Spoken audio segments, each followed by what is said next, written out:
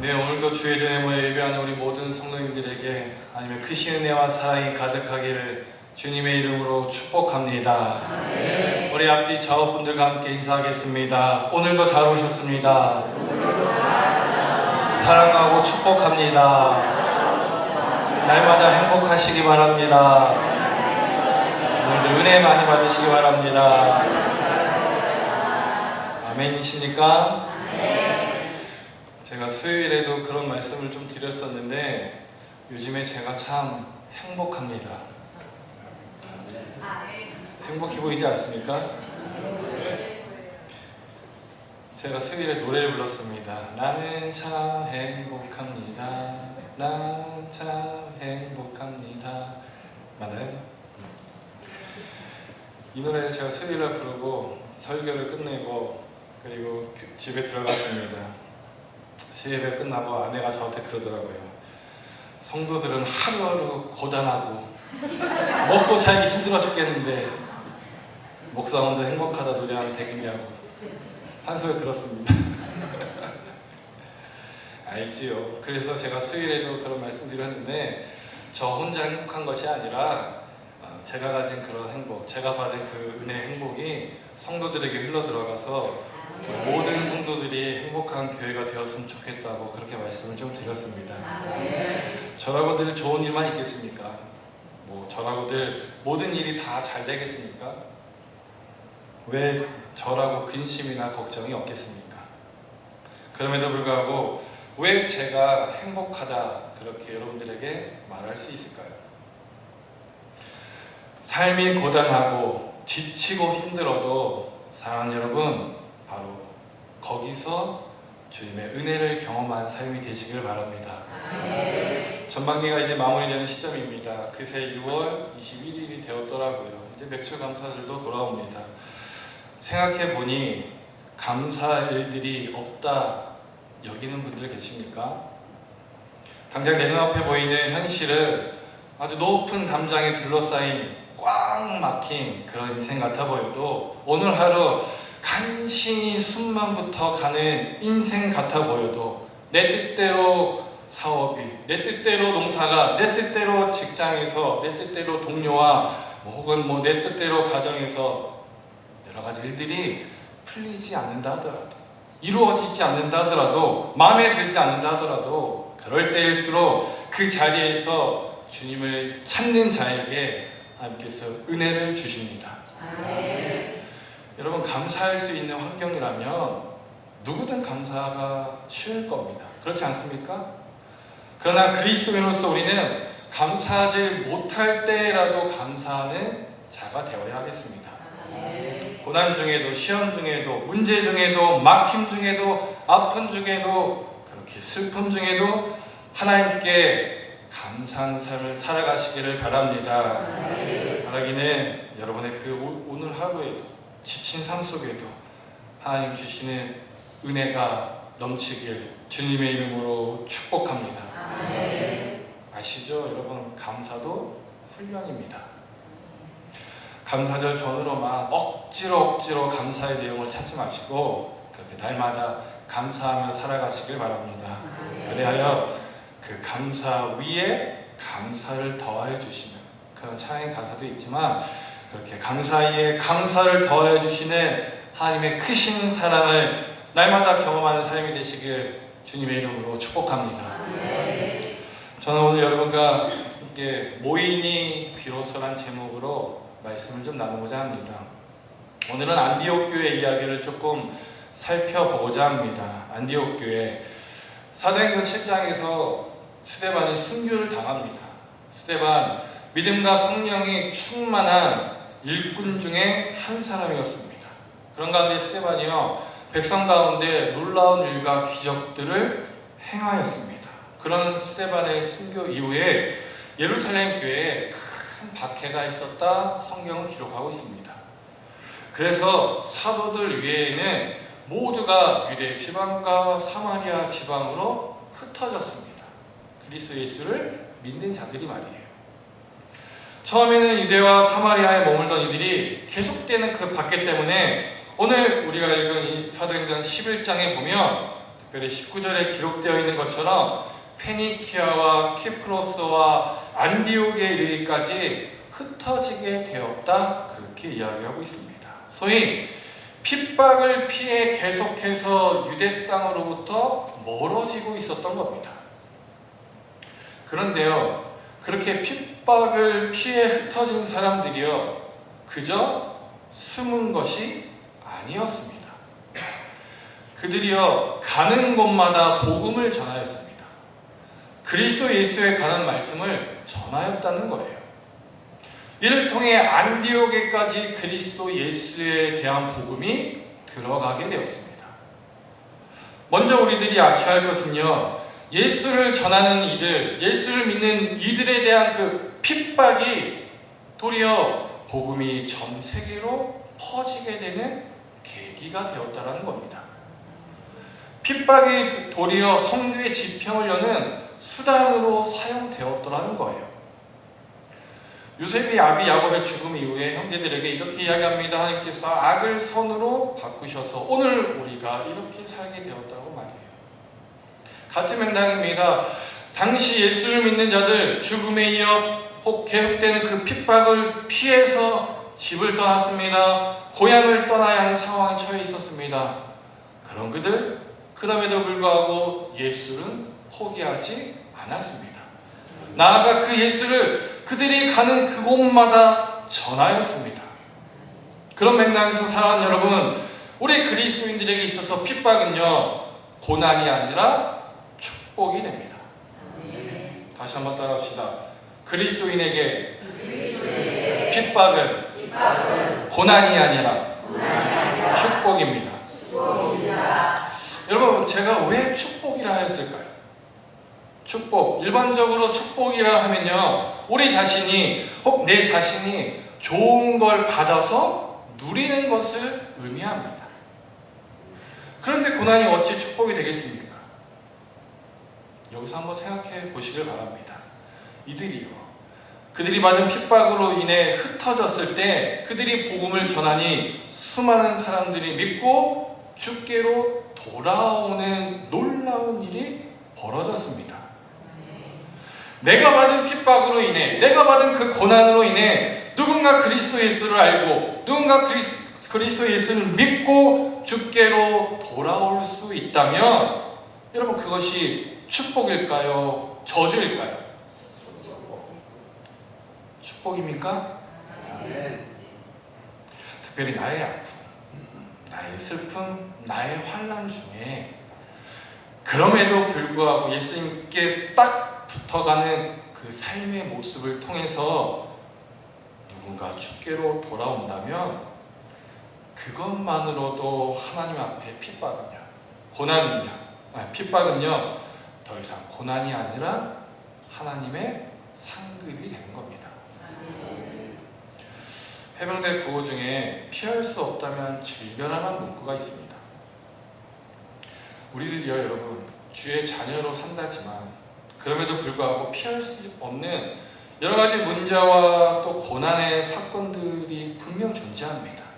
그런 사건들 속에, 그런 문제들 속에 우리는요, 먼저는 주님께 딱 붙어가는 중에 그런 일들을 통해서, 그런 사건들을 통해서 그저 낙심하고 절망하는 것이 아니라 복음을 누군가에게 전할 수 있는 계기로 삼을 수 있어야겠습니다.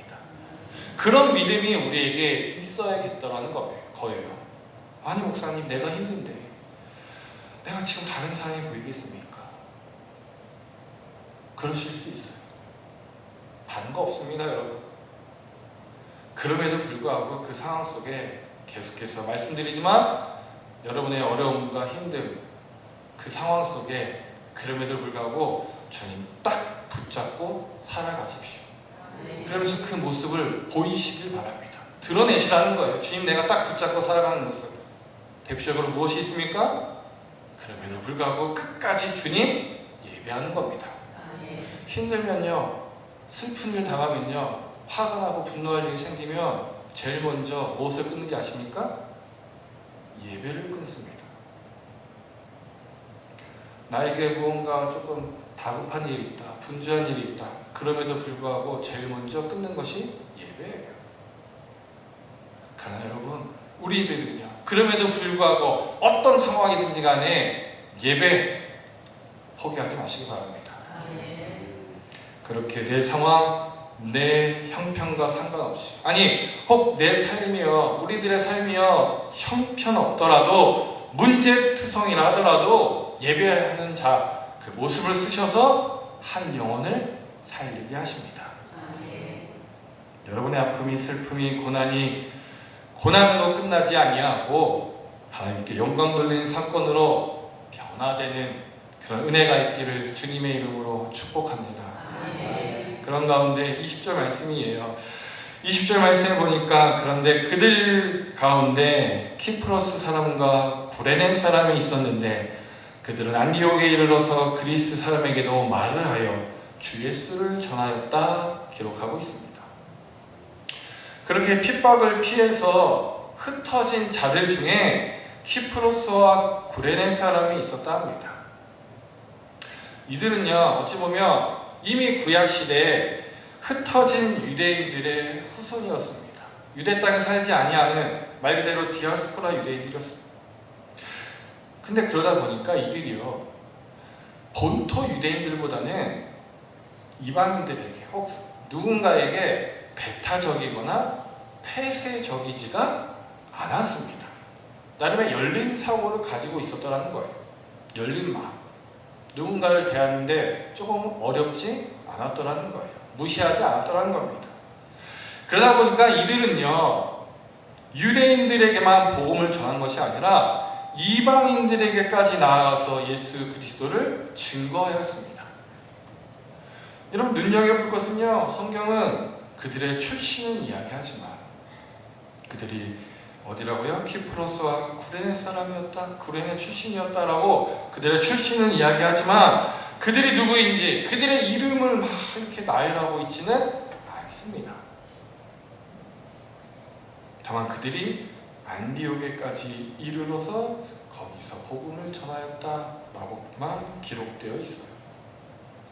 말인즉슨 여러분, 복음은요, 우리가 예상하지 않았던 누군가를 통해 전해졌더라는 거예요.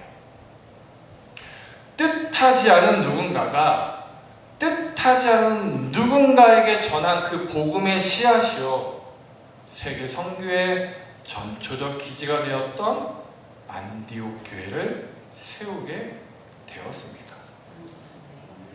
뜻하지 않은 누군가가 뜻하지 않은 누군가에게 무엇을 전하였다고요? 예수. 복음을 전하니, 물론 개인의 힘으로 한 것은 아닙니다. 21절에 보니까 주님의 손이 그들과 함께 하시니, 다시 말해 주님의 능력이 이름도 알 수 없는 그 몇 사람과 함께하니 수많은 사람이 믿고 주님께로 돌아온 결과를 낳았더라는 거예요. 여기서 우리들이 깨닫게 되는 교회의 부흥의 원리가 있습니다. 이름도 빛도 없지만 그러나 복음을 전할 용기, 복음을 전할 믿음이 있는 자들이 모인 교회라면 그들을 통해 하나님께서 일하시고 그들을 통해 결국 부흥을 보게 되더라. 여러분, 교회의 소유권은 하나님께 있다 했습니다. 담임 목사도 아니고 교회 오래 다니신 분도 아니고 헌금 많이 하신 분도 주인이 아니라 했습니다. 그런 중에 교회에 속한 우리 지체들은요, 우리 성도들은요, 다른 건 없습니다. 복음을 전할 용기, 그 복음을 전할 믿음을 가지고 신앙생활하면 되는 겁니다. 그리하면 하나님께서 힘을 주십니다. 그리하여서 자신의 때가 아니더라도 교회가 성장하고 또 부흥하는 미래를 보게 하십니다. 오늘 여러분 어떤 마음으로 여러분 이곳에 모이셨습니까? 내 인생 잘 풀리게 해달라고 기도하고자 이 자리에 오셨습니까? 혹 내 가족 행복하게 잘 살게 해달라고 오셨습니까? 혹 내 소원 이뤄달라고 이 자리에 나오셨습니까? 다양한 생각, 다양한 바람들이 우리 안에 있을 수 있습니다. 그러나 그 이전에 먼저 우리가 교회를 나온다 하면, 우리가 교회를 섬긴다 할 때 가장 바탕이 되는 곳에는 이전에 내가 예수를 믿었듯이 누군가에게 그 예수를 전할 믿음, 그 예수를 전할 용기를 가지고 이 자리에 있어야겠습니다. 그리하면 따라합시다. 교회는 부흥합니다. 교회는 부흥합니다. 담임 목사가요, 설교가 아무리 좋아도 한계가 있어요. 교회 인프라가 좋다고 무조건 모이지 않습니다. 기적이 일어나고 병고침의 역사가 일어난다 하더라도 그때뿐이에요. 여기 계신 여러분 모두가 다 예수를 전할 용기를 가지고 있어야겠습니다. 여러분의 현재 상황이 어떠하든지 간에, 여러분의 형편이 어떠하든지 간에 바로 그 자리에서, 그 형편에서 그 예수를 전하시기 바랍니다. 하나님의 손이 여러분과 함께 하시고, 그렇게 여러분을 통해 수많은 사람이 믿고 주님께 돌아온 은혜가 임할 줄 믿습니다. 그러한 은혜를 경험하는 여러분 되시기를 주님의 이름으로 축복합니다. 그렇게 안디옥에 수많은 사람이 믿고 주님께 돌아온다는 소식이요, 예루살렘 교회까지 이르렀다 합니다. 그러자 예루살렘 교회에서 바나바를 안디옥 교회에 보냈습니다. 바나바가 사울을 데리고 함께 안디옥 교회를 섬기게 되었습니다. 그들이 1년 동안 머물면서 무엇을 하였습니까? 오늘 우리가 읽지 않았지만 26절 말씀입니다. 그들이 교회에서 모임을 가지고 많은 사람들을 가르쳤다 합니다. 그리고 그렇게 모인 이들을 뭐라 했습니까? 비로소 그리스도인이라 불렀더라. 여러분, 흩어진 중에 예수를 주로 고백하였다고 해서 처음부터 그리스도인으로 불린 것이 아니었습니다. 정확히는 예수를 주로 고백하는 이들이 모여서 모임을 갖고 그곳에서 예수에 대한 그 가르침을 배워가는 중에 비로소 그런 모습을 통해 그들을 그리스도인이라 불렀더라는 거예요. 그런 맥락에서 여러분, 그리스도인이라면 모여야 합니다. 그리고 배워야 합니다. 앞서 제가 예상하지 않았던 누군가를 통해서, 뜻하지 않은 누군가를 통해서 믿는 자들이 늘어났다 하지 않았습니까? 그런데 그렇게 믿는 것으로만 그치지 않았습니다. 이들은요, 분명 모임을 가졌습니다. 그러면서 오늘 우리들이 말하는 기독교, 즉 그리스도 예수를 믿고 그를 예배하는 교회가 생겨난 겁니다. 그런 가운데 누군가는 가르치고 누군가는 배움으로 인해 이들 그리스도의 제자가 되었고, 그리할 때 못 사람들이 이들을 가리켜 그래 너희들은 그리스도인이야 라고 부르게 된 거예요. 때문에 여러분, 교회 내에는 모임이 분명히 있어야 합니다. 무슨 모임이요? 이렇게 한번 정의해 보았습니다. 한번 따라합시다. 클럽이 아닌 클래스가 되어야 합니다. 교회에서요, 물론 예배로 모이는 것은 말해 뭐합니까? 당연한 겁니다. 당연한 거예요. 그런 가운데 사도 바울과 바나바가요, 무리들을 모아서 가르쳤습니다. 말씀을 가르쳤어요. 예수의 복음을 깨달으며 제자의 삶을 살도록 모임을 가졌더라는 거예요. 오늘 이 모습을 우리 삶에 좀 적용하면요, 말씀을 배우고 또 말씀을 삶에 적용하며 그 말씀의 삶을 함께 나누는 모임, 그 모임이 바로 교회 안에 존재하여야 한다는 거예요. 앞서 지금 교회 안의 모임은요, 클럽이 아니라 클래스가 되어야 한다라고 제가 좀 말씀드렸는데, 물론 이것은 그냥 언어 유희예요.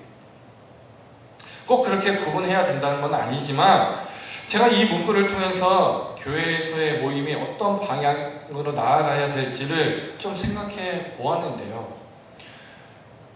교회 안에서의 모임은요, 단순히 함께 어울리는 데 그치는 모임이 아니라 함께 배우고 성장하며 제자로 세워져가는 모임이 되어야 한다는 겁니다. 일반적으로 클럽이라 하면요, 동아리 개념이 우선시됩니다. 소위 그것이 아이템이든 혹은 사람이든 혹 어떤 무언가이든 그것을 좋아하는 이들이 모여서 그것을 함께 즐기는 개념이 강합니다. 우리 앞에 있는 젊은 친구들에게 한번 물어보겠습니다. 클럽하면 무엇이 제일 먼저 떠오릅니까? 그래도 좀 건전한 삶을 살았는데 강원미 교사님, 클럽하면 무엇이 떠오릅니까? 어딜 가보셨나요? 클럽하면 저는 나이트클럽, 홍대클럽, 그렇게 춤추는 클럽이 떠오르더라고요. 대표적인 클럽이 예입니다. 춤을 좋아하고 만남을 좋아하는 이들의 모임을 일컫는 겁니다.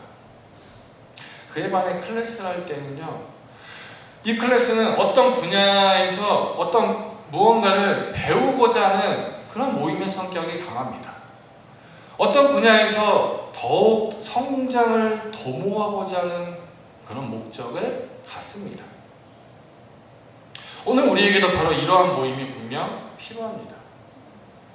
주일 예배만으로는 사실 우리 신앙 지켜간다는 거 쉽지 않아요. 저도 제가 제 신앙생활을 돌아보면요, 제가 청년 때 새벽 기도, 수요 예배, 금요 철야에, 목요 청년 기도회, 화요일 날은 제자 훈련회, 혹은 성경 공부에 일주일을 쭉 그렇게 교회에서 살았던 적도 있고요.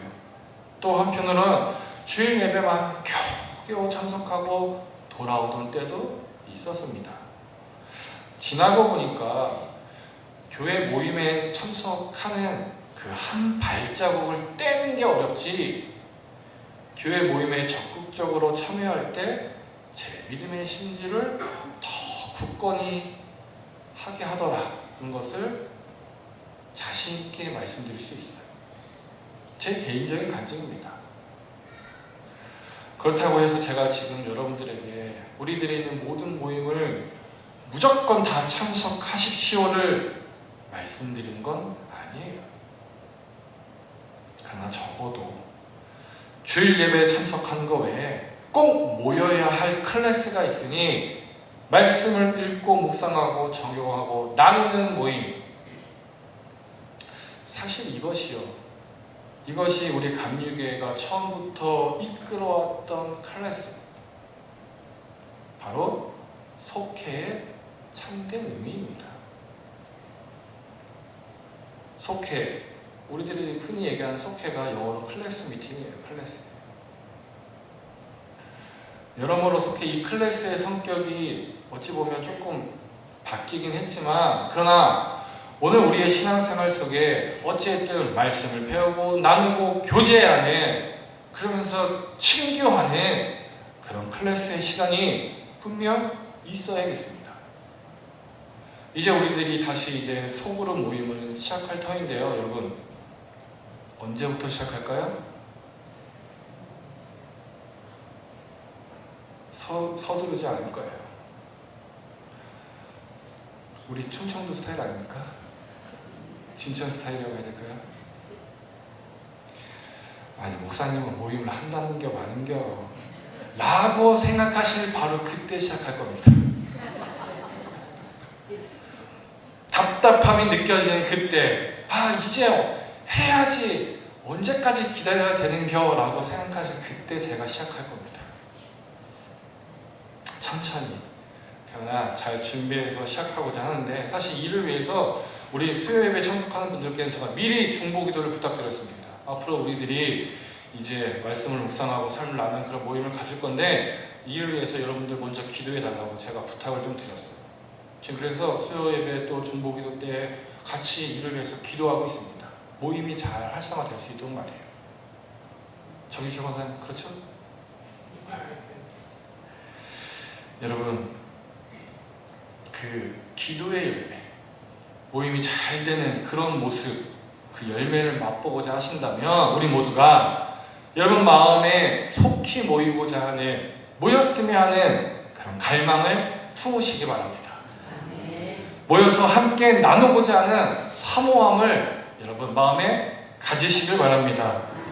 그 마음으로 함께 모였으면 좋겠습니다. 그냥 교회에서 모이라니까 한번 모여볼까?